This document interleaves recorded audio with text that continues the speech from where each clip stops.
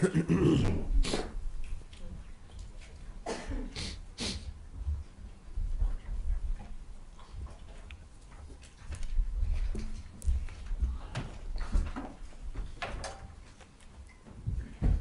right, we're in session. Good afternoon, folks. The jurors are again present, and I believe Detective Red Richard is still on the stand. You have further questions, Mrs. Ellinger? Yes, Your Honor. Thank you. Your Honor, Met Published States Exhibit 228. Right.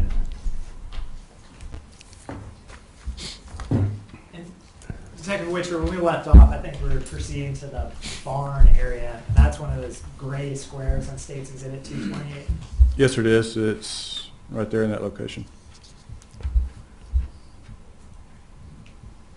I'll show you what's been previously admitted as States Exhibit 191. Is that looking inside the front of that barn? Yes, sir. That's an unsecured entrance that's on the west side of that barn, facing the rear of the Berry home. And going back to States Exhibit 228, can you point to roughly where that entrance is?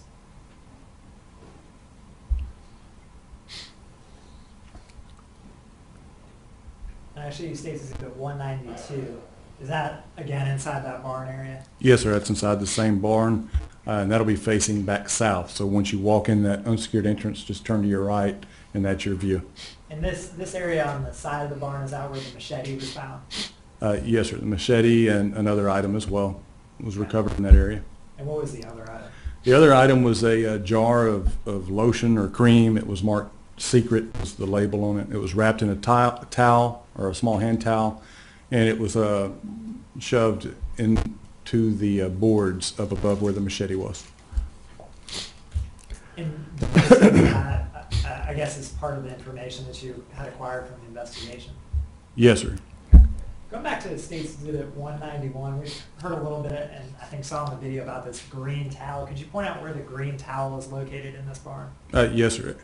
That's, again, the same entrance. As you walk in the unsecured entrance, you turn to your left, and this little area here is a washroom. There's a washer and dryer, and up above the washer and dryer, approximately 6 feet high above the elevated floor level right here, there were two rolled up towels. One was green and one was tan, and both of those were recovered as well. Okay, both of those were seized. Yes, sir.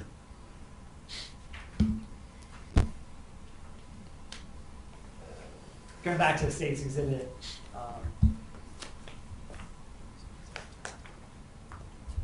228, States Exhibit 228, marked on here, is that C and D are the green and tan towel and the black machete?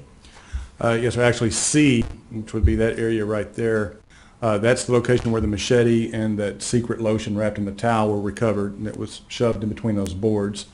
And then the two towels, the green and tan towel in the washroom area is marked with D.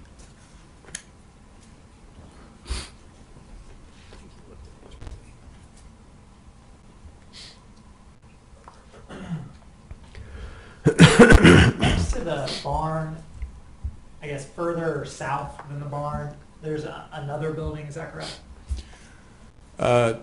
Yes, sir. Actually, one is an extension of that same barn. That's this area here. That's just a covered shed. And then there's a standalone building just to the south of those structures, and that's right here. And that other building, can you tell what purpose it served? It was being used for storage. It was full of miscellaneous sorted items. That was the building that had been commonly referred to as the old general store that was on that property. And so at some point in its history, it had been used as a general store? Apparently so, yes, sir. Eric, approach witness. You may. Detective, I hand you some marks for identification purposes of States Exhibit 118 through 130. Could you look through those pictures?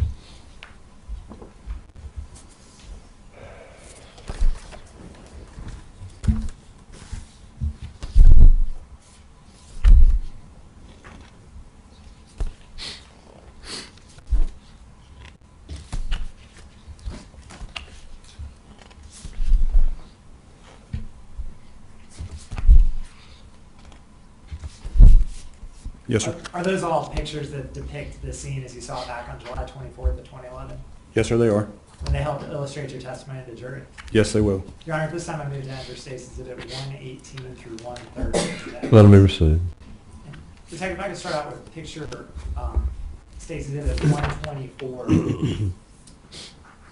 Is this again looking down that southern end of the property? Yes, sir, it is. That's as though your back would be facing Skinner Lane, and then you're looking in the driveway entrance for the Berry residence right there. And that truck that's depicted, is that the one that says Critter Control on it? Critter Catcher, yes, sir. Okay. That's the sign on the side of the door right there. I show you State's Exhibit 125. Could you indicate where that barn is that we were just looking at? Right there, that's the unsecured entryway to that barn. And as we mentioned before, you would go in, turn to your left, that's where the two towels were recovered. If you went in and turned to your right, that's where the machete and the lotion marked Secret were recovered. And jumping back to State's Exhibit 228, could you indicate where that picture is taken and sort of the direction of the picture? That picture, photograph had been taken from this area facing back towards that barn. And that's that 120 quart cooler in the foreground of this picture? Yes, sir. This right here, and this would be the far southeast corner of the primary Berry residence. Going back to State's Exhibit 228, there's two burn piles in the backyard of this house. Yes, sir. Turning your attention to State's Exhibit 226. Is that one of those burn piles? Yes, sir, it is. That would be the burn pile that's labeled as item J on the diagrams, the rearmost burn pile. And is that located in this State's Exhibit 228 under J? Yes, it is. Now, looking at that burn pile, I guess in the background of that, is that the back of the barn and the old general store that was on that property? Yes, sir, it is. The vantage point from this photograph is that you're facing west. You're at the far east end of the property or the very back of the property. You're facing west. This would be the back of that storage building where those towels and the machete and the Secret lotion was recovered. This would be the rear of the building that's referred to as an old general store. And then the Berry residence would be on the other side of those structures. And in this burn pile, did you locate a suitcase that we've seen already? Yes, sir, we did. That item right there. Moving on to State's Exhibit 127, is that a closer view of that suitcase? Yes, sir, it is. Did you find anything else in that burn pile that you took note of? Yes, sir, we did. There were multiple empty containers of bleach. Showing you State's Exhibit 128, again, is that just a closer view of that suitcase? Yes, sir, it is. This is State's Exhibit 129. Where are we looking in this picture? You're looking at the west side of the Berry residence. We discussed earlier where you would walk in, the door that was commonly used to go in and out of the house. That would be to your left, just off the left of the photograph view. This photograph is showing the hutch that was wrapped in moving type blankets and sitting out on the open porch. And behind it, is that the second part of that hutch? Yes, this would be the base. This would be the upper portion of the hutch.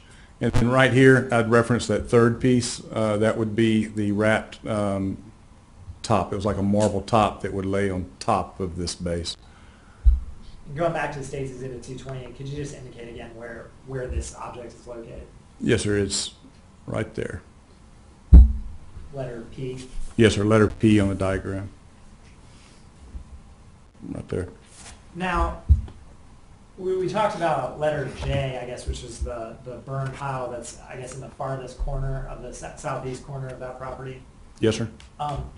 Item I, is that another debris pile? Yes, sir, it is. And what, if anything, did you find in that debris pile? There was a cardboard box, and it had some empty beer cans and empty cigarette cartons. I think one of the boxes said referred to as a pet carrier. I think those items were recovered from that burn pile area.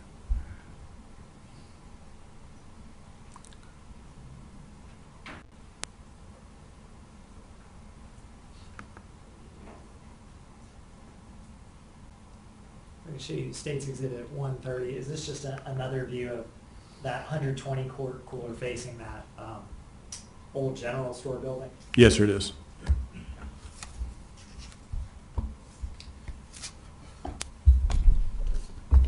Now, if I could turn your attention to States Exhibit 229. Is that the diagram or schematic involving Oyster Creek? Yes, sir, it is.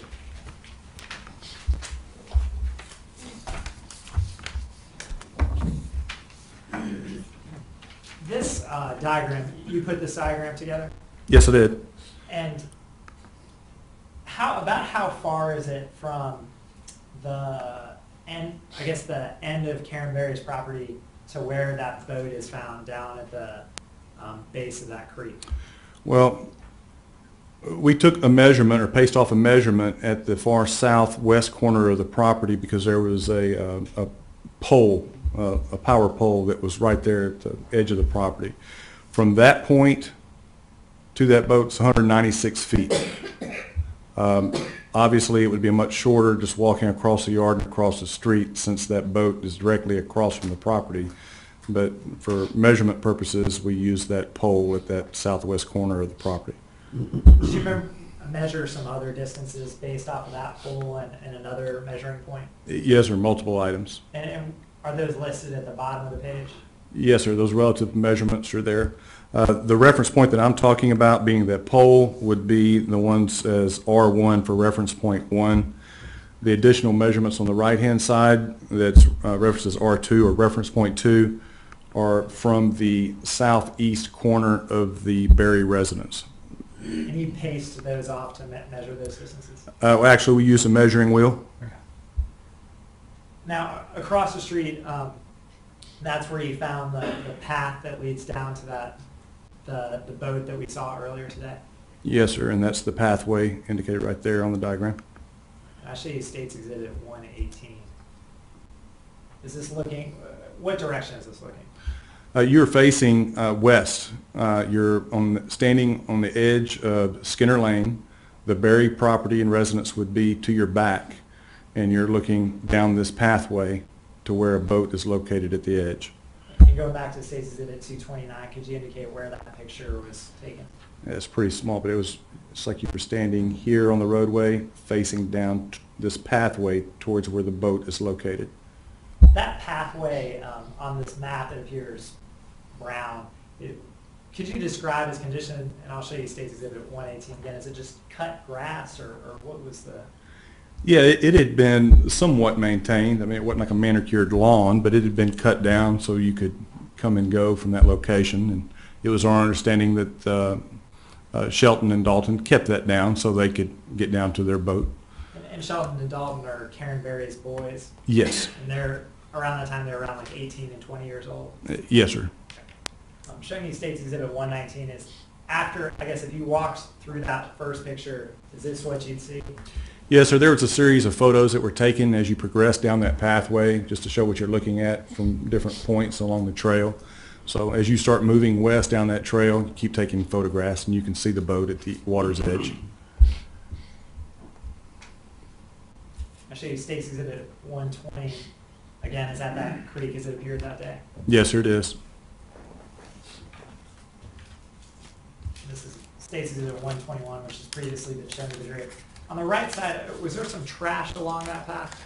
Yes, sir. Along the river's edge, there was various items of debris, including that old ice chest that we were talking about that I referred to as like a little sandwich cooler. There was some other debris in the grass around that area. And that was the cooler that you mentioned earlier appeared very old to you? Yes. Like it had been outside for a long period of time? Yes, sir. And this boat that we saw this morning, is there a place, are there, I guess, for lack of a better term, 2 rows of seating?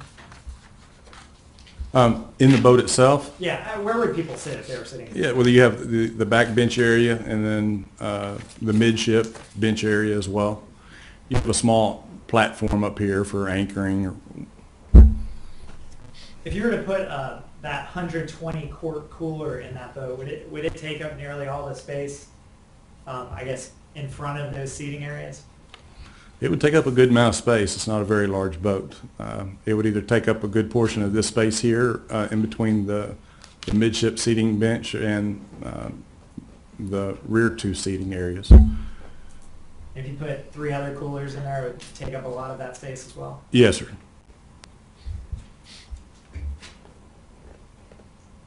In this picture, the creek appears pretty docile. Did you have an occasion to take the water temperature and measure the current? Yes, sir. After, and I mentioned before about calling some other resources, but when the Houston Police Department dive team arrived, they document that type of information, and I requested that information from them, and they document it for safety concerns as well.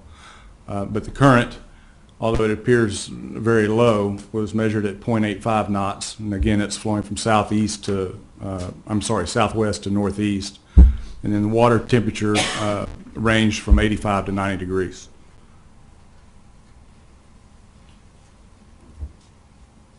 Be clear, the water temperature was 85 to 95 degrees. Yes, sir. It was much hotter than that outside, but the water temperature itself was 85 to 90. And going back to State's Exhibit 229, I guess, did you put arrows on this to indicate the flow of the creek? Yes, sir. And could you point out roughly on this diagram where Investigator Rescovich and the fire department boat entered the water? On the 24th, they would have entered farther down southwest in this location here.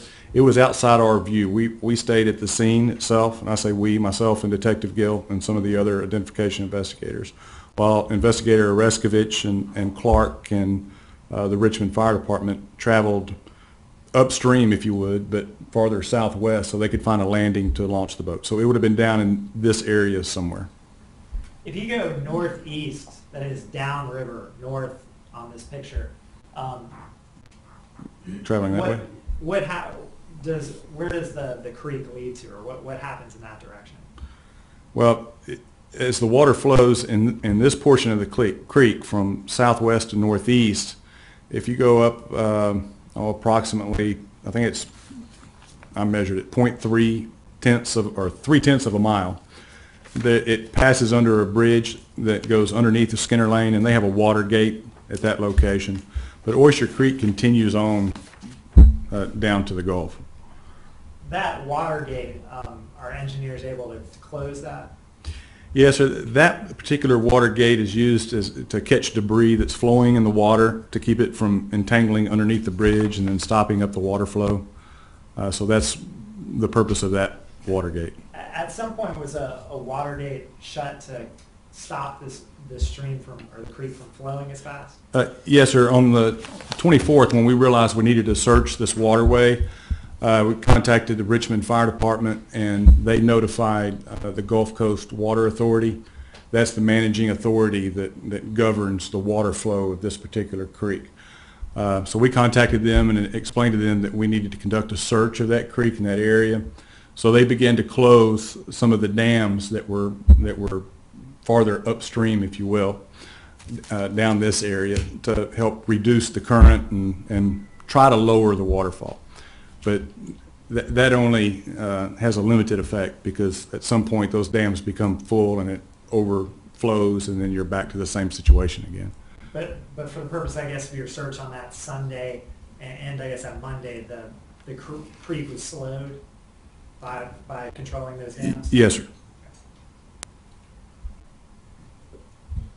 I think where we sort of chronologically left off, you were searching the property. Investigator Rescovich was going out on the water in that fire department boat. At some point, were you notified that some body parts had been found in the water?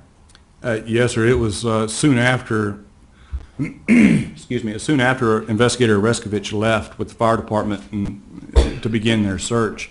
I received a call that she had located some apparent body parts. And then, were you aware that those body parts were then brought ashore and laid out in that blanket that we saw earlier today? Yes, I traveled across the street at the time of their recovery. And Yes. whereabouts was that done, where the body parts were laid out? Where they were laid out after they were recovered from the water, they were brought back to this landing, the same landing right here, cleared area. And then what happened to those parts of the body that were recovered? Well, the ID investigators photographed them to document their appearance, and at that time I notified the death investigator that was on duty at that time, who requested an autopsy. Then arrangements were made to have those body parts transported to the medical examiner's office for an autopsy. What is a death investigator? Well, in our county, we do not have, we're not of the population to warrant a coroner, so we use the Justice of the Peace system. And a death investigator works for the local Justices of the Peace, and they make the determinations of cause of death as far as death for death certificate purposes. So it would take a Justice of the Peace or someone appointed to act in his stead to order an autopsy. And in this case, that's what the death investigator was doing. He was coming out, reviewing the information, and ordering an autopsy to be performed. Where do, in this case with these body parts and I guess with any death that's ordered an autopsy, where is the autopsy performed in Fort Bend County? Fort Bend County contracts with the Galveston County Medical Examiner's Office, so they would be transported to their facility in Texas City. And was that done in this case? Yes, sir, it was. And was Dr. Nabi Mambo one of the physicians who did the autopsy? Yes, sir. He was the assigned pathologist with the Medical Examiner's Office. On that Sunday, July 24th, I guess in that afternoon, after these body parts, the parts of the torso and leg had been recovered, and they were sent to have an autopsy, what else happened at the scene that day? On the 24th? Yes, sir. Well, those body parts were recovered. They continued on with the search as best as they could, but the search was hampered by the growth across the top of the creek. They weren't able to get the boats through there to conduct a search. The dive team for the Richmond Fire Department were unable to conduct a complete and thorough search of the waterway. So at that point, we summoned some assistance from the Houston Police Department dive team, along with the use of a cadaver dog that's trained in locating deceased people. And were they able to come out on that Sunday, July 24th? No, sir, that was later in the evening. It was, it takes longer to respond than that, and it was about to be dark. So we maintained the scene, secured all the area, and then that search was scheduled. The search by the Houston dive team, Houston Police Department dive team, was scheduled to begin that following morning, which would have been Monday the 25th. And on that Monday morning, at that point, I guess you had people actually in the water trying to recover parts of the body? Yes, sir. And on this State's Exhibit 229, this schematic, items 2 and 3, if you could point to those, I guess, on the screen, that's where those two parts of the torso are found? Yes, sir. Items 2 and 3 are marking the upper and lower portions of the torso that were recovered on the 24th, which was the day that we initially responded out there, that Sunday. In addition to one more body part marked as number 4. And that was the part of the leg that we saw earlier? Yes, sir. At some point, did you or other investigators walk along the banks of this creek to determine if there was any other evidence in the woods that border this creek? Yes, sir. We searched this area here as far as we could on both sides. And also a visual search was conducted on this side from the boat. Investigator Oreskovich and Investigator Clark. But once this discovery was made, I was notified by Investigator Oreskovich, and I traveled over to this location on the bank in order to get a general measurement of where they were in respect to everything else that we were recovering. And I think you noted this on the diagram. About how far is it between object number 1, that boat that we saw this morning, and the area where the torso is recovered? The upper and lower torsos were recovered approximately 50 yards to the northeast of where the boat was recovered. And that's an approximate measurement because it was heavily wooded and you're trying to pace it through the wooded area, but it was approximately 50 yards. In those areas where the torso was found, was that the first section of the creek where the foliage crosses the creek to the point that it'd be difficult to get through? Yes, sir, it is. And on here, I believe you marked an item Q, which I think is referred to as a floor mat. Could you explain how you found that object? Yeah, so before when we mentioned walking this area and searching for evidence, that included the edge of the roadway as well as going through the woods along the edge of the creek. As I was walking along the edge of the roadway, I noticed a dark gray, looked like a rear floor mat that was sitting on the west side of the road. So we noted that and had it collected as well. When you collect something, is it just out of abundance of caution to make sure that it could be related to this case, or it might not? Yes, if you have any reason to believe that it could possibly be associated with what you're investigating, you get it documented and collected if possible. Aside from that floor mat, was there anything found of relevance to this case in the, I guess, along that creek bank on either side that y'all walked up and down? Other than those items that I've already mentioned here, not that day. There was an additional item that was recovered later on, weeks later, though. Okay. And was that another body part? Yes, sir. Okay. Before we get to that, I guess we're on Monday, July 25th. Did you go back out to the scene and assist with the Houston dive team search of the waters? Yes, I did. And at some point in that day, what happened? With the Houston dive team, what happened? There was a lot that occurred on the 25th, but with the Houston dive team, they recovered an additional leg, section of a leg, and they also recovered Laura's head. And did you mark those locations of those body parts as numbers 5 and 6 on this diagram? Yes, sir, I did.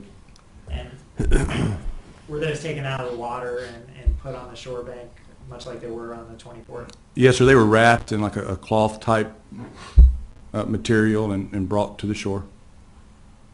What else happened on July 25th as part of your investigation? Well, some of the other things that occurred, I was notified by Investigator Schneider with Fort Bend County Environmental Department, and he's a deputy with that agency or a section of the agency. And I was advised of the recovery of some containers of muriatic acid and some recovery of some surveillance photographs in connection with that. Okay. And Investigator Schneider, what role does he have with the Fort Bend County Sheriff's Department? He's assigned to the environmental unit, and they investigate crimes that could impact our environment, including dumping is a large part of their work. Did you have a chance to go to where those items were recovered? Yes, sir, I did. There are a couple of States Exhibit 32. You may.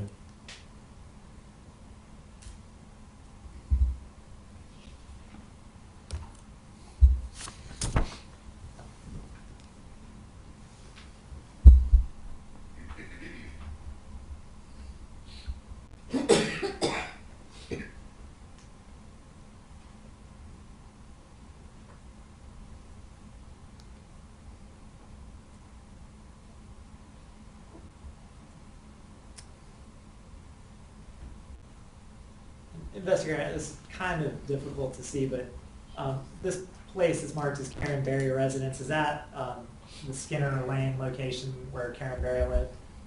Yes, this would be Skinner Lane, and this would be the section of Oyster Creek. And this area where these this acid was recovered, where was this in relation to Karen Berry's residence? If you would continue traveling northeast on Skinner Lane until it dead ends, it's approximately 1.6 miles from the Berry property. It was in that dead end area of Skinner Lane where those containers of muriatic acid were recovered. And while we move that way on this map, is this the area where the creek goes underneath the road that you're referring to? Could you zoom in a little bit more, please? Yes, sir, it is. Are there some subdivisions near Skinner Lane? Yes, sir. As you approach the Highway 99 corridor, there are. And is this the dead end of Skinner Lane? Yes, it is. And you went out there and there was some acid that was recovered from that scene? Yes, sir. I went out there after the acid was recovered, but that is the location that Investigator Schneider with the environmental unit had reported recovering both the photographs and the containers of muriatic acid. Aaron Pepperidge, witness. You may.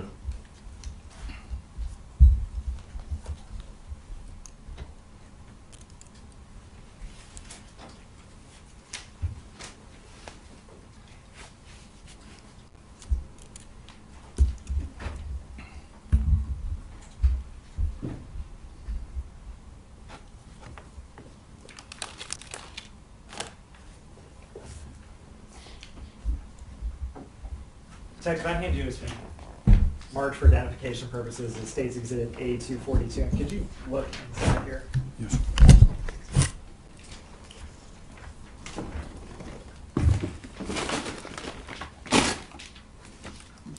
Yes, sir. And is that one of the bottles that was recovered by Agent Schneider and passed off to you? Yes.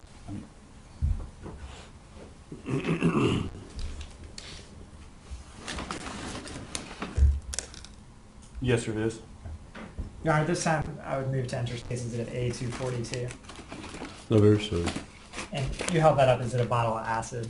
Yes, sir, it is. And what kind of acid is that? Muriatic acid.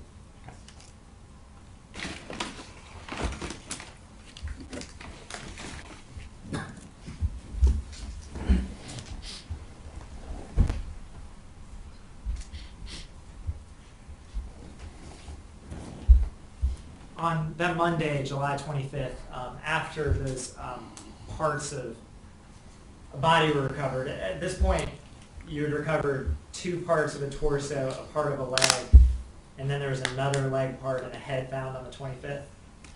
Correct. On that day, what further investigation did you conduct? On the 25th, Yes, sir. we were notified of another individual that had some information, and we traveled to the scene. We returned to the scene and were conducting a follow-up inspection of the property and the grounds. At this time, when the Houston dive team, I guess, is in the waterway, was the area cordoned off such that people or media couldn't get back there? Yes, it was.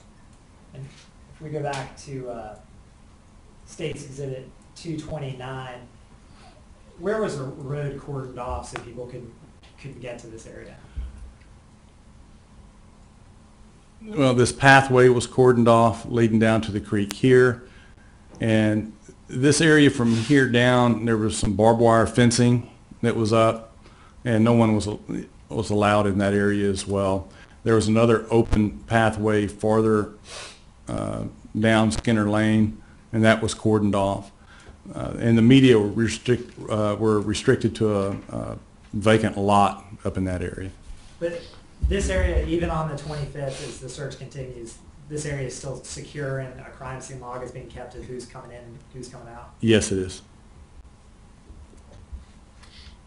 At some point on the 26th, was this property returned back to, I guess, Karen Berry and the boys that live there?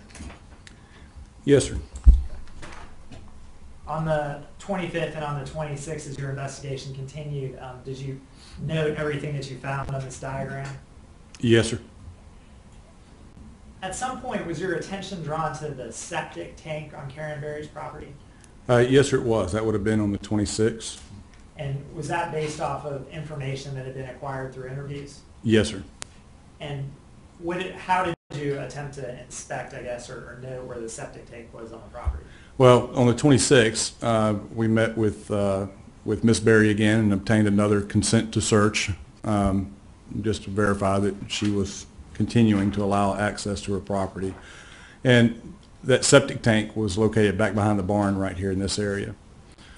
So we inspected that septic tank area to see if there was a need to do additional search in the tank itself, but discovered that there was some old timber and there was a lot of items piled on top of it that had been there obviously for an extended period of time. So that that tank had not been recently accessed. And that's on this map is point R.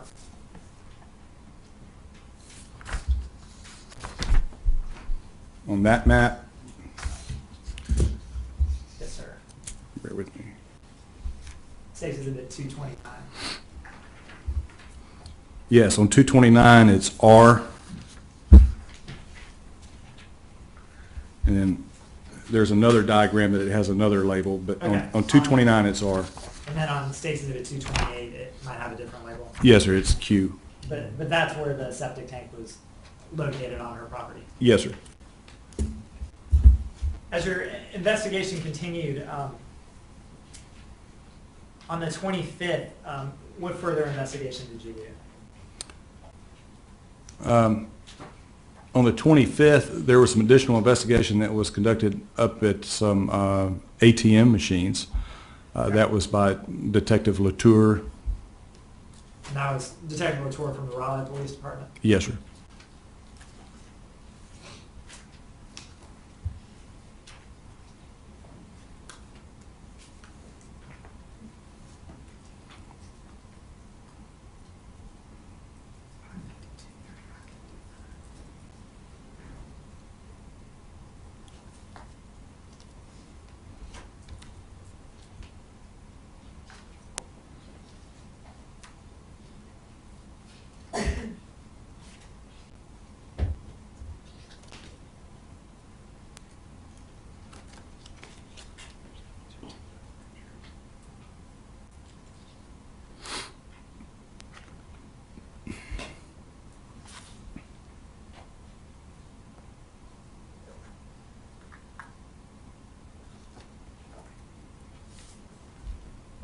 Actually, before we get to the ATM, State's Exhibit A148 and A147 are these both pictures of the boat that you seized from the property on the 24th. Yes, sir, it is, the 12-foot Grumman boat. And that boat that we saw this morning, that was put on the trailer that Investigator Oreskovich had with her. Yes, it was put on a trailer and then wrapped, secured in a tarp, and then transported to the inside of a secure storage bay, and that's where that photograph was taken. And these pictures, A147 and A148, they depict the boat as it sat there in that secure facility. Yes, sir. Your Honor, I move to enter State's Exhibit A147 and A148. I move so. Moving on to Detective Latour went and pursued some records from banks in the Katy, Texas area, is that correct? Yes, sir. And did you become aware of some information involving this defendant, Amanda Hayes, and some ATMs? Yes, sir, I did. And what was that information?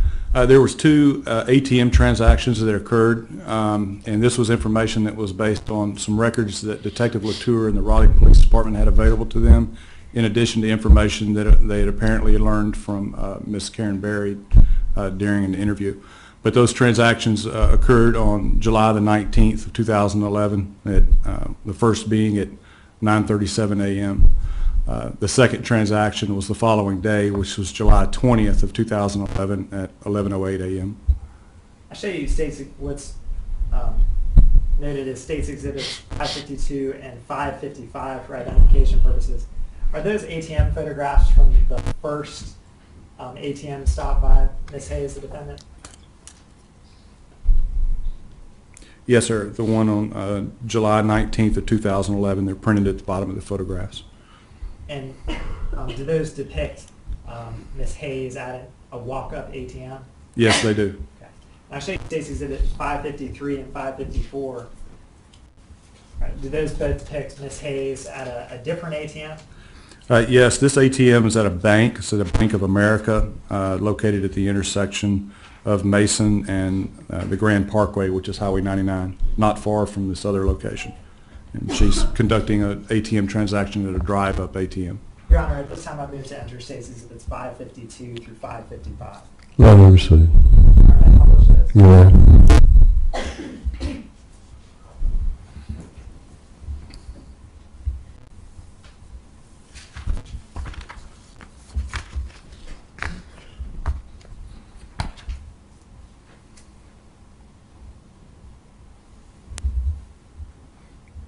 Detective, I show you State's Exhibit 552. To start with, on the bottom right of this picture, does it note a time on there? Yes, it does. Does it Date appear and to time. say July 19th at 9:37 a.m.? Yes, sir.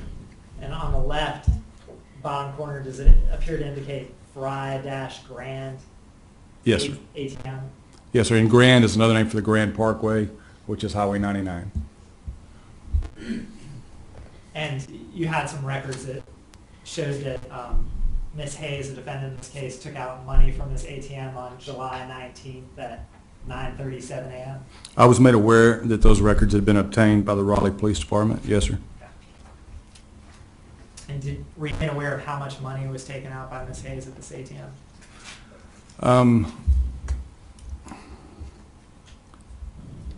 I don't recall the specific amount of the withdrawal, no. Your Honor, may I publish State's Exhibit 32 at this time? You may. Going back to this map, could you tell the jury where this ATM is located in Katy, Texas? Yes, this is the Grand Parkway here. And if you were to go out onto the Grand Parkway and then travel in a northern direction, and you'd have to zoom in to where I could see the Mason and Fry Road area. And earlier today, were you present as we marked these Yes. locations on State's Exhibit 32? And zooming in here to this building, is this the intersection of Fry and Grand?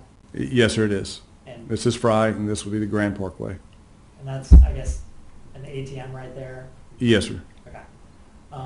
Is there a Home Depot located in close proximity to this area? Yes, we're directly across the street. This is the Home Depot in that same shopping center area.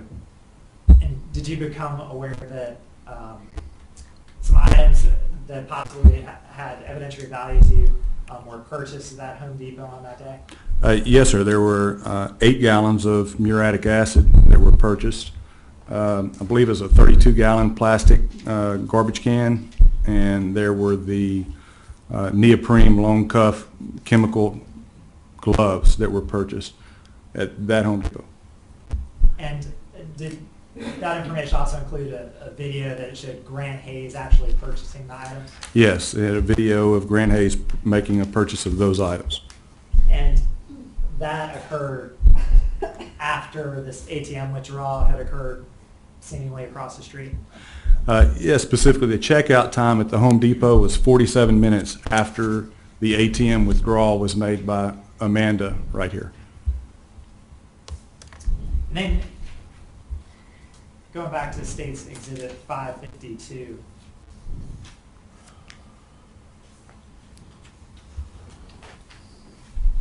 and State's Exhibit 555, are those both depictions of Ms. Hayes making that withdrawal? Yes, those photographs are coming from the camera installed in the ATM machine. And there's a truck in the back of this picture. That is a different truck than Shelton's black F-150 that we saw on the property, correct? Yes, but that would be the Home Depot in the background. But to be clear, this truck right here is not the vehicle that was found on Karen Berry's property. Correct, that is not that same vehicle. Looking at State's Exhibit 553, is this the next day, July 20th, an ATM transaction from July 20th? Yes, sir, it is, July 20th at 11:08 a.m. And here, can you see the, I guess, top of the word critter or catcher? Yes, sir, that's the top portion of the sign, Critter Catchers. It's on the side of Shelton's truck. And does that appear to be Amanda Hayes making an ATM withdrawal? Yes. Can you see anyone else in that truck? No, I do not see anyone else in the truck. And moving on to State's Exhibit 554, is that again another image from that ATM withdrawal? Yes, it is.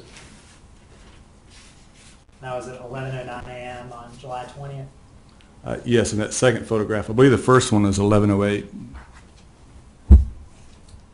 It's the same transaction. This photograph indicates Waterside Marketplace. Yes, sir, that's a little shopping center that's at the intersection of Mason Road and Highway 99. Your Honor, may I publish State's Exhibit 32? You may.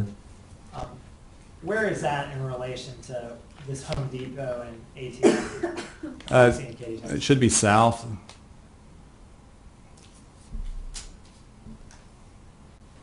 Right there.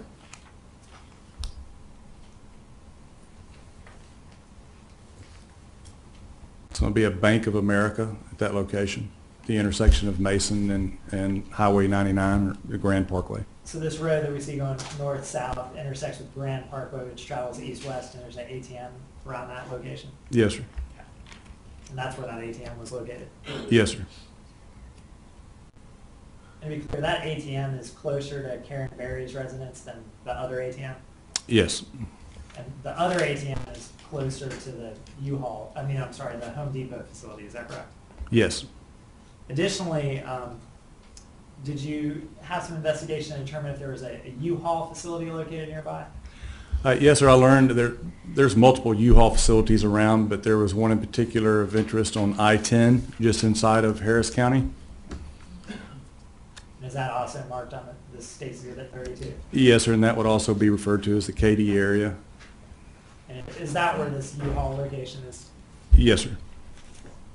And did you have some information that the trailer that had been rented here in Raleigh had been returned to that Katy, Texas location? Yes, sir. Actually, that information was relayed to me by Detective Gill as soon as I arrived on that Sunday. Detective Gill and Detective Latour had initially traveled to that U-Haul location and verified that trailer unit had been returned at that specific location. And at that point, did you have someone seize that trailer at the U-Haul location? Actually, Detectives Gill and Latour had arranged for that to occur with one of the Harris County Sheriff's deputies. So they secured that trailer until our identification unit could go out and transport it to our office. So the Harris County, which I guess is the county where Houston's located, Yes. they seized the U-Haul trailer, took it back to their facility, and then investigator arrested it back to Fort Bend County from there? Correct. And the whole time that these maneuvers are being done, are you instructing people to not touch things with a non-gloved hand and preserve all the evidence? Yes, and that's the purpose of having them secured in a secure evidence processing area. Harris County's would be similar to ours in that regard. That, I think where we left off, that next day, showing you State's Exhibit 229, when the head and another part of the leg had been found, again, were those transported to the Galveston County Medical Examiner's Office for an autopsy? Yes, sir, they were. That next day, on the 26th, what other areas did you investigate as part of this case? Well, at 26, after learning some of the information that was shared by Karen Berry, that was relayed to me by the Raleigh detectives, we returned to the scene one more time and continued with the search. And that's when the focal point became on the hog pen area. And that's when the soil samples were collected from the hog pen area, and the neoprene long cuff glove carton was recovered, as well as the fencing. That was all recovered on the 26th. And after that, did you release that scene back to Karen Berry and conclude your investigation in that property? Well, actually, after that, we conducted yet another walk through the property just to make sure there was no other items of interest that were being overlooked. And that is the day we had mentioned earlier. As I was exiting, I saw a small black plastic bag that was underneath the plants there along the edge of the driveway. So we had that collected and preserved as well. And after we finished our walkthrough, then we departed the scene. Now, some days later, did you become aware of another body part being recovered in that creek? Yes, sir. On August the 11th, the Gulf Coast Water Authority that we mentioned earlier, they conduct routine cleanings of these water gates along the bridges, or in the area of the bridges, to keep the water flowing, because the water gates will get stopped up as well. As they were doing that at a location that's approximately 3/10 of a mile northeast of the Berry property, while they had their machinery out there and they were removing this debris, they ran across an item that they feared to be a body part. So they contacted the sheriff's office. Detective Dahlia Simons, who works with me, traveled to the location and verified what they were looking at was appeared to be a section of leg. We again contacted the Justice of the Peace, had yet another autopsy order issued, and again had that body part transported to the Galveston County Medical Examiner's office. So in this case, there were 3 separate autopsies at the Galveston County Medical Examiner's office? Yes, sir. That's why you have 3 separate autopsy reports. And the first one being for the 2 parts of the torso and the leg? Yes, sir. Recovered on the 24th. And then the second one being the head and another part of the leg? Yes, sir. Recovered on the 25th by the dive team. And then the last one was the part of the leg that you just spoke of? Right. Recovered on August 11th. And had you told, I guess, folks with that Gulf Coast water facility or whoever controls that creek, had you informed them of what was going on so they could keep a lookout for any body parts? Yes, sir. Actually, they were made aware of that back on the 24th when the Richmond Fire Department supervisor had contacted them and requested that the dams be closed and the reason why. And so they had been made aware of that prior to that August 11th discovery. After the 26th, did you have any further, and aside from that event on August 3rd, did you have any further investigation into this case? Yes, sir. I was contacted by Detective Gill with the Raleigh Police Department and was advised that arrangements had been made to transport the body of Laura Ackerson back to Raleigh for additional examination and was asked if I would assist in that escort, and I did. Your Honor, comfort with the witness. You may.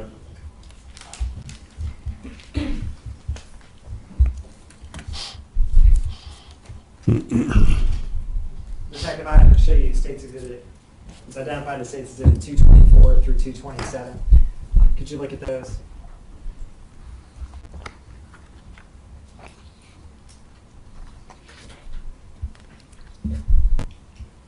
Yes, sir. And first of all, those are not graphic in nature, correct? No, they are not. And what do those depict?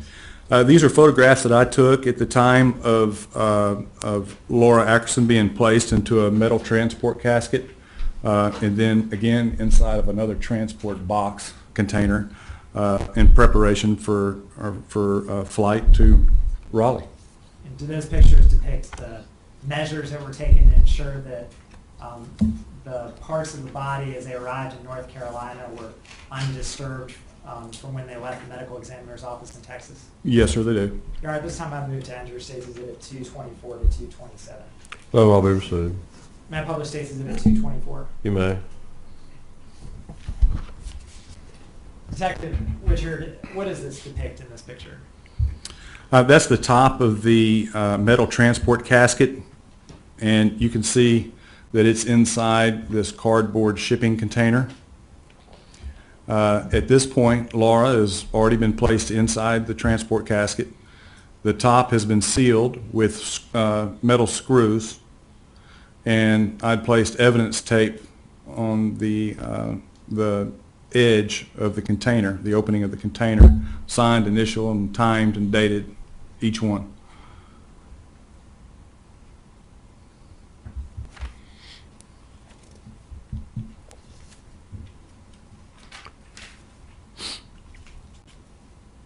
I'll show you State's Exhibit 225.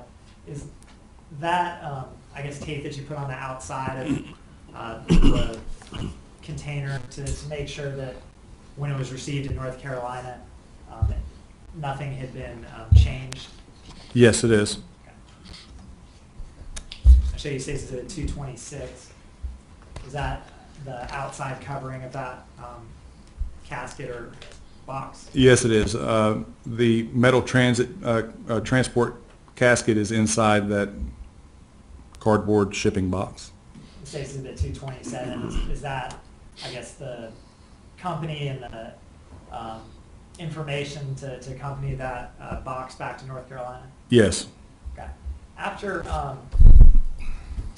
you, I guess, watched this be packaged, did you accompany this body to the airport?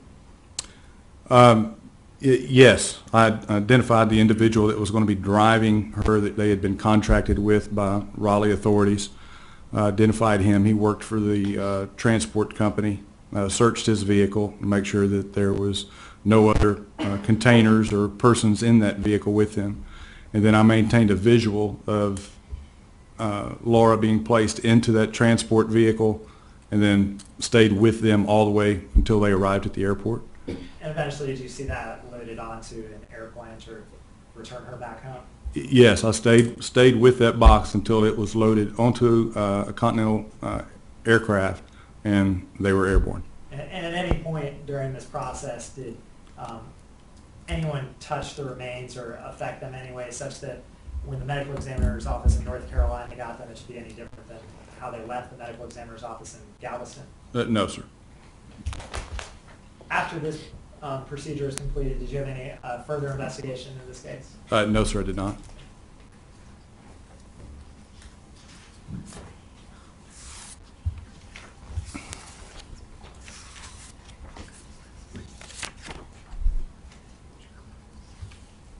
You searched that creek side area as part of your investigation? Yes. Okay, and the waterway was actually searched by the Houston dive team and by folks with by Fort Bend County Sheriff's investigators with another boat? Yes. Okay. At any point, were any arms found? No, sir. Any hands found? No, sir. Clothing, was any clothing found in that creek area? No, sir.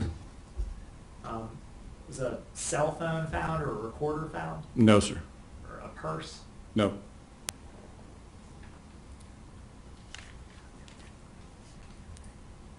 At anywhere on those premises, not just the creek, but Karen Berry's house or that property, none of those items were found anywhere there? No, sir. None of the items you've just mentioned were located. Thank you. Nothing further. All right, Mr. Cassidy, do you have questions? Yes, Your Honor. Thank you. Good afternoon, Detective Witcher.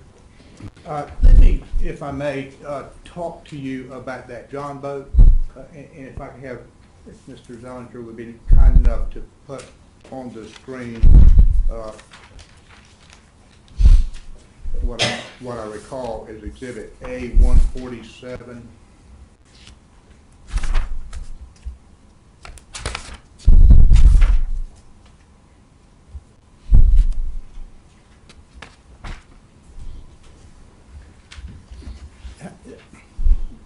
I believe I heard you testify earlier, correct me if I'm wrong, that is a 12-foot long John boat. Yes, it appeared to be a 12-foot long Grumman aluminum flat bottom boat. And how wide is it? The width, I don't know. I didn't measure the width. It's an aluminum boat, isn't it? Yes, sir. It's not a boat that is intended to carry a lot of people, is it? Would that be fair to say? No. What In it's comparison to larger boats, no, sir. What it's generally used for is fishing on a pond, things of that nature. Yes, sir. Correct. Now, in the back of that boat, well let me ask first. Mr. Zellinger asked you if there was room on that boat for 4 coolers. Do you recall that? For 4 coolers? For 4 coolers. Or maybe he didn't say 4. There's limited space on that boat between the seats, isn't there? Yes, sir. Are you aware that, you've testified that there were 2 coolers found at Karen Berry's residence in Texas? Yes, a 75 quart and a 120 quart. Were you aware also that there were 2 additional coolers that had been at that residence but had been taken back to Kinston, North Carolina? Yes, I had heard that information.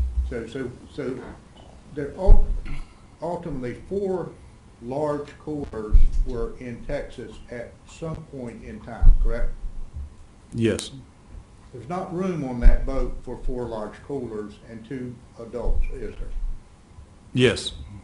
Think there is? Yes, sir.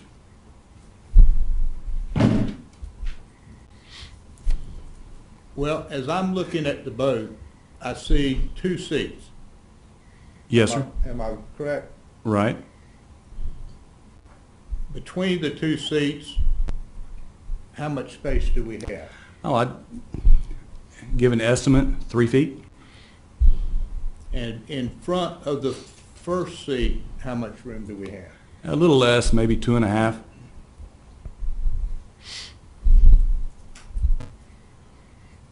Two and a half feet front to back. Okay. That's an estimate. I would have to measure it to give you an exact number. What are the dimensions of a 120 quart full cooler? Do you know? I can give you an estimate, approximately 1.5 feet by 3 feet. Well, I think there's one, well, there was one here in the courtroom. Looks like it's gone elsewhere. So we have, what, 220 quart coolers and 275 quart coolers, right? Or is, Well, you had asked if I was aware that there was 2 additional coolers that had been transported from the Skinner Lane back Yes, sir. to Raleigh by Amanda and Grant. yes, sir. I was made aware of that. I was not made aware of, nor do I have knowledge of the size of those 2 coolers. Okay, But my point was, and you asked the question, if I feel there's room for those, is that if there's room for 2, there's room for 4, because you can stack one cooler on top of the other cooler. okay, and then if you have 2 adults on that boat, tell me how stable is that going to be? I can't answer that. I mean, we would have to go out on the water and get 2 adults and put 2 or 4 coolers in there, and then we could see. See But if you could do it. I can't give you an estimate of how stable it would be. Well, if you had 4 coolers on there and two adults, what I'm hearing you say, you correct me if I'm wrong, is that you think it's possible, but it would be very cracked. Well, I can say this from personal experience. I've gone fishing on a boat that size with 3 men my size and a large cooler with a motor on it and gas and a battery for the motor for a live well. And yes, it can be done if you're not out in the rough water. That's what I'm basing my opinion on. Okay, that's fine. Let me ask you this. In the very back of a John boat and all small craft, there is a hole, isn't there? Yes, a bilge And- plug. And the purpose for that hole is so that if the boat takes on water, when you pull it out of the water, you take the plug, we call it the plug, don't we? Yes, sir. You take the plug out and the water that has accumulated in the boat drains out of the boat. Yes, sir. That's one purpose, or for cleaning. Yes, sir. And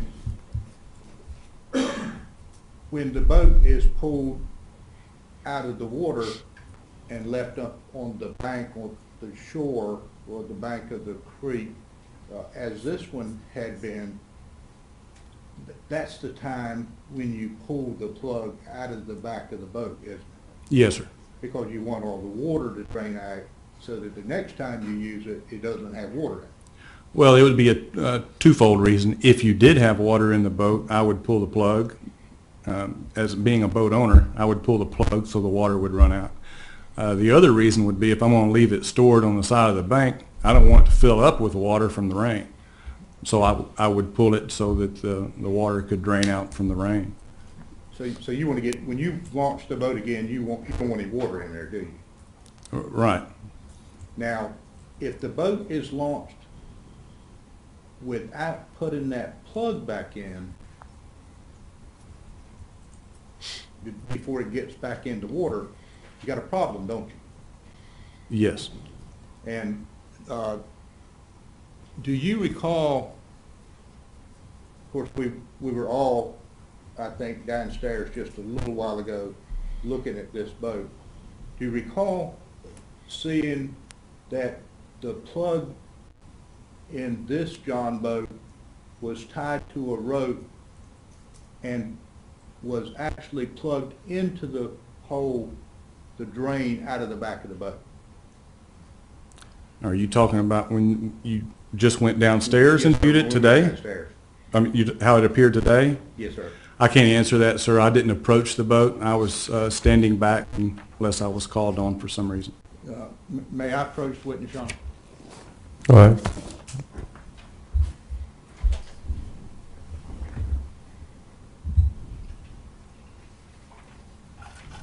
Let me ask you, Detective Witcher, if at any time that you've inspected the boat, you recall seeing how the Shelton boys had arranged the plug that goes into the back of the boat. Do you ever recall paying attention to that? I don't have a specific recall of that. I would have to view the scene photos to see if that's depicted in there. We'll take a look at what I've marked as Exhibit 53 and ask you if that helps you recall how they arranged to keep that plug sealed.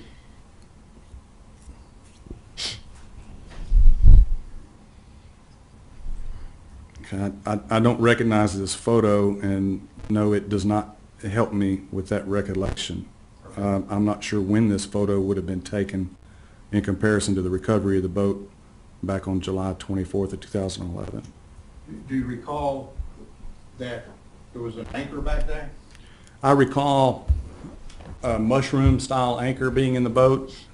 I recall some rope being in the boat attached to the bow. I recall two oars. I recall a red plastic container that I believe was a Folgers container, Folgers coffee container. And like I mentioned before, before I could comment on the presence of a plug, rubber expandable plug, which would be common for that boat, I would need to refer back to scene photos and or video of the actual recovery site and recovery time of that boat. But we don't have any disagreement that there's got to be a plug for that hole, right? Either a design plug or a homemade plug or something needs to be stuck in that hole or it's going to take on water. And exactly. If you launch that boat without putting the plug back in, once it's been pulled out of the water and you put it back in the water, it's going to start taking on water quickly, isn't it? It will take on water at the rate that can flow through that hole, yes, sir. And the stability of that boat, if there's no plug in it, once it gets back into the water, it becomes very precarious, doesn't it? For a matter of time it would until it lands on the bottom. Do you see in this photograph that there is a red baler at the back of the boat? Yes, that appears to be the red empty Folgers coffee container I was referring to.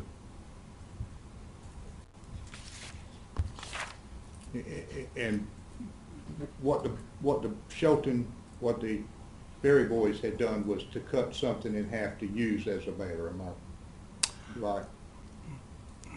If you have a photograph of that close up, I could tell you I don't remember that container being cut in half. I just remember it being an empty Folgers coffee container. Okay. It may have been cut in half, but I don't remember that. Well, you may be right. Okay. Normally with a baler, you cut something in half. Well, those red Folger coffee containers, the opening is as wide as the container itself. It has a molded-in handle. I believe that may have been what the purpose of having that Folgers container in that boat was, as a baler. Whether there are coolers on that boat or whether there are not, if the plug hasn't been put in the boat when it was launched, then the stability of that boat is going to become very precarious, isn't it?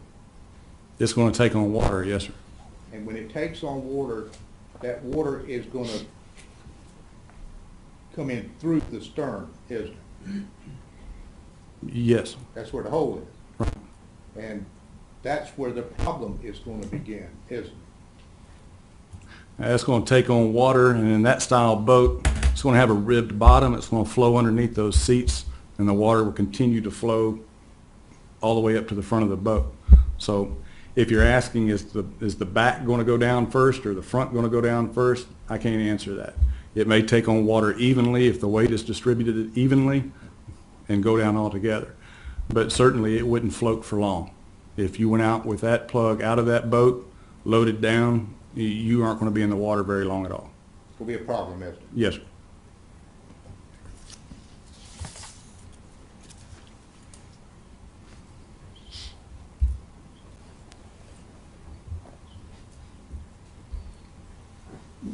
You mentioned at some point that you had used a cadaver dog.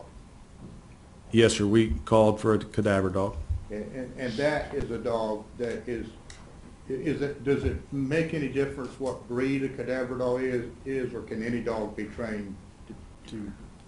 Sir, I'm not an expert dog handler nor a dog trainer, so I can't answer that. What I can tell you is that a cadaver dog is trained in detecting the scent of cadaverine, the odor given off by a human corpse during decomposition. And you used the cadaver dog in this case, but as I understood it, the cadaver dog wasn't actually able to help you find body parts. Am I right? Well, we used a cadaver dog. It was a cadaver dog that was being handled by a member of the Houston Police Department. It came out and was searching along the banks of the waterway. If you're asking if the scent of cadaverine was detected, you would need to speak to the dog handler.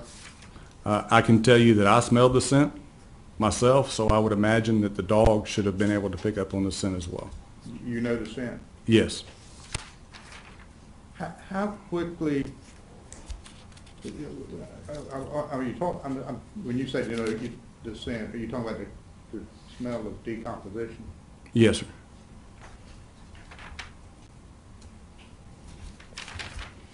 You also talked about a purchase that Amanda made at the ATM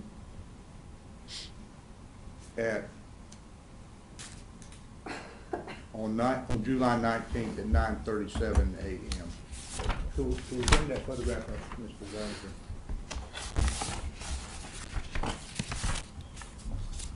Just a second.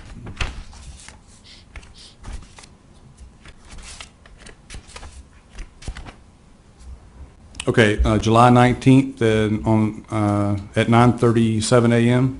Yes, sir. Refresh my memory. What was that? The Fry Grand Parkway, or was that some? Yes, sir. It was actually on Fry Road at the intersection of Grand Parkway. It was to the immediate south of the Home Depot where the other purchases were made by Grant. That's what this photograph here depicts. This is a photograph taken as she's standing in front of the camera at the ATM machine? Yes, sir. Was there a second photograph? Well, how many photographs were taken by that camera that you retrieved? I didn't personally retrieve them. Those were retrieved by Detective Latour with the Raleigh Police Department, who traveled to that scene. I viewed these after they were recovered. I can't tell you if how many were in a series of images that were recovered by the bank. So how many did we use here? Two? Two. Could you bring the other one up? Yes, sir, right there.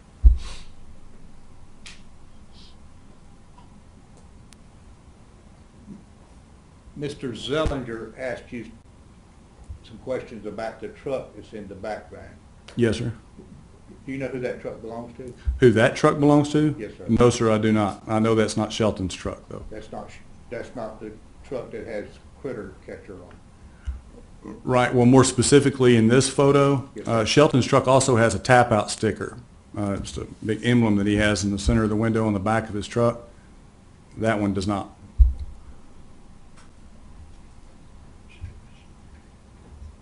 This isn't the one that has the sign on it, in other words. Correct. It is not. Do you see Grant in that photograph? No, sir, I don't. Do you see the three children in that photograph? No, sir, I do not. You are and were then aware that there were three children who were taken to Texas with Grant and Amanda, correct? Yes, two children that were Laura Ackerson's, and then one infant child that is Amanda's. So as we look at this photograph, Grant is someplace with those three children. That's sustained. The Sustained. children aren't here, right? Has some answers. Sustained. Grant's not. I mean,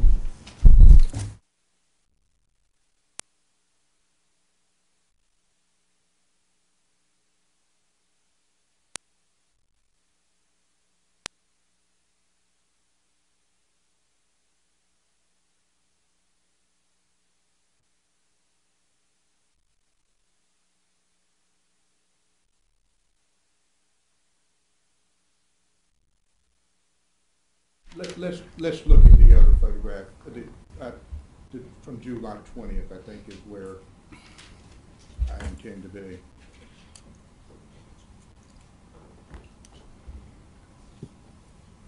This photograph is taken at the Waterside Marketplace withdrawal. Yes, sir. This photograph is taken from the drive-up ATM machine at Bank of America that is located within the Waterside Marketplace Center, there at Mason Road and Highway 99. Grant is not in this vehicle, is he? I can't answer that. Can you see? I can tell you that I can't see Grant in that photograph, but I can't see the entire interior of that vehicle.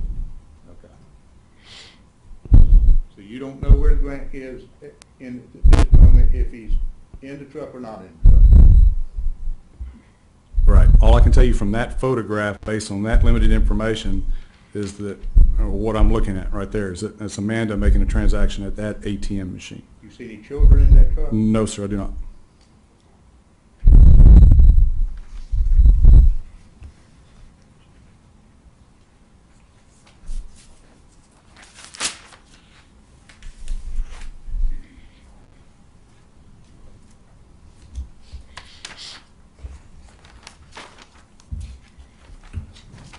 Do I have another, John?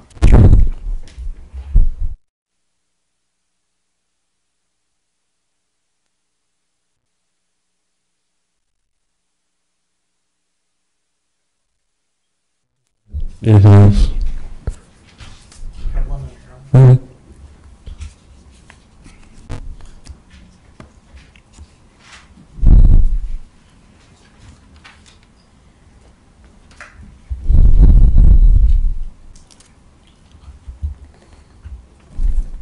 Your Honor, can I approach the witness? All right.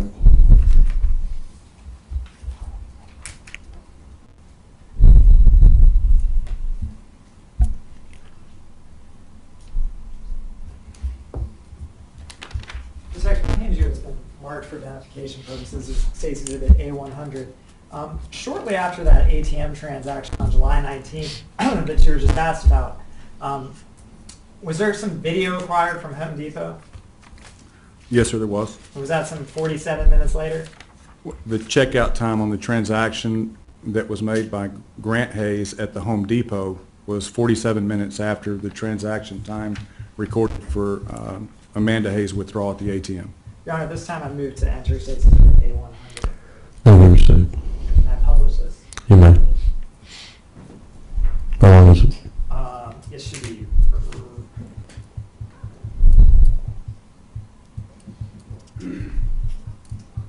around 5 minutes. Okay.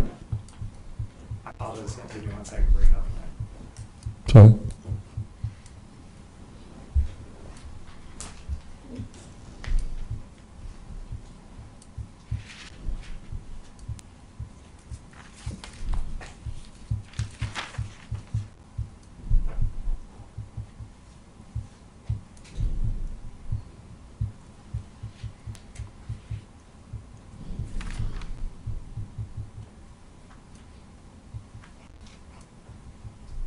Not clear.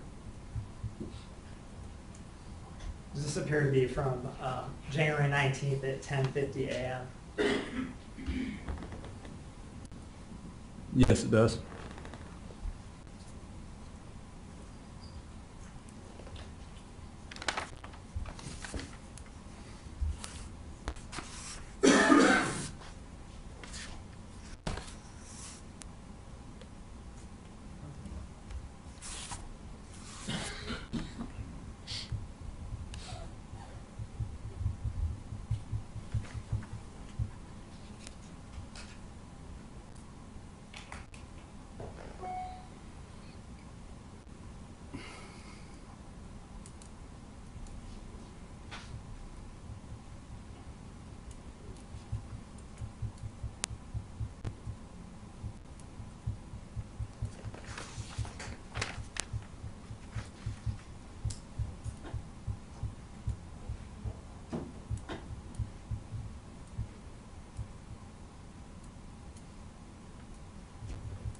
Detective, does this depict the point of sale location for the cash registers in that Home Depot? Yes, sir, it does.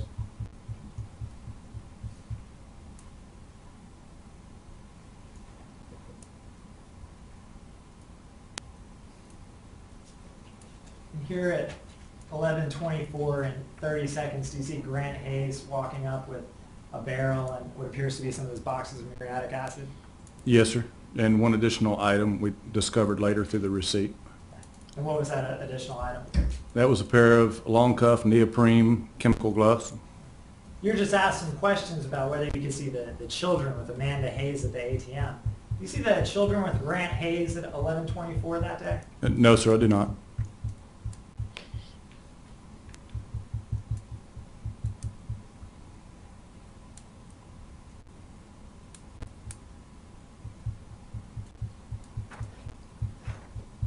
And here you see Grant Hayes appearing to pay with cash. Yes, sir.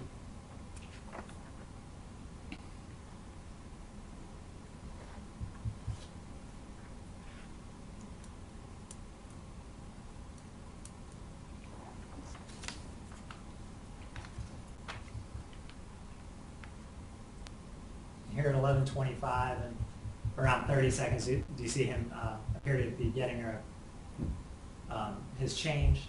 Yes, sir.